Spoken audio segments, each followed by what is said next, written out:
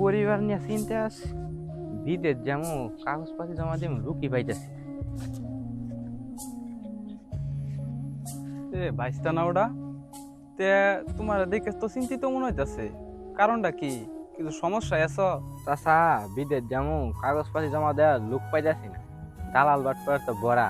ভাইস্তা ঠিক কথাই কইছ, দুনিয়ার তো মনে করো যে দালাল বাটপারের অভাব নাই, কিন্তু আমি আবার মনে করো যে 4-5 জন রে বিদেশ পাঠাইছি। এখানে ওই মাসে পাঠাইছি, ওরা বলে ভালো ইনকাম করতেছে।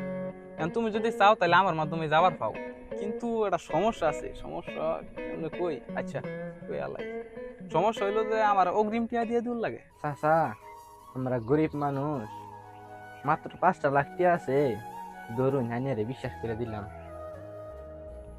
এই, তুমি কি নতুন নাকি? তুমি ওরা চিনো না? ওই যে দালাল। কি? ওই দালাল সব টাকা তো আমার নিয়ে নিল, শেষ কয়েকটা টাকা ছিল তাও তো আরে দিয়ে দিলাম। আমাদের দেশে এই ঘটনাগুলো প্রায় প্রায়ই দেখা যায়, তাই আমরা চেষ্টা